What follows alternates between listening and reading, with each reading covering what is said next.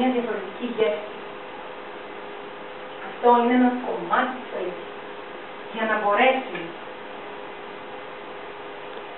να λειτουργήσει το μυστικό, ο νόμος της έλξης, ναι. Πρέπει να ξέρεις τι θέλεις. Ναι. Να μπορείς να το οραματιστείς. Ναι. Να έχεις διώξει τα αντιστάσεις. Ναι. Να έχεις κάνει όλα τα προηγούμενα βήματα. Ναι. Όμως, αν δεν πιστεύεις ότι το θέλεις αυτό, αν δεν εμπιστεύεσαι τον εαυτό σου ότι μπορείς να το πετύχεις, ποιος θα το πιστέψει για σένα? Ποιος? Ποιος? Ναι, το θέλω να το πετύχεις. Θα δούμε.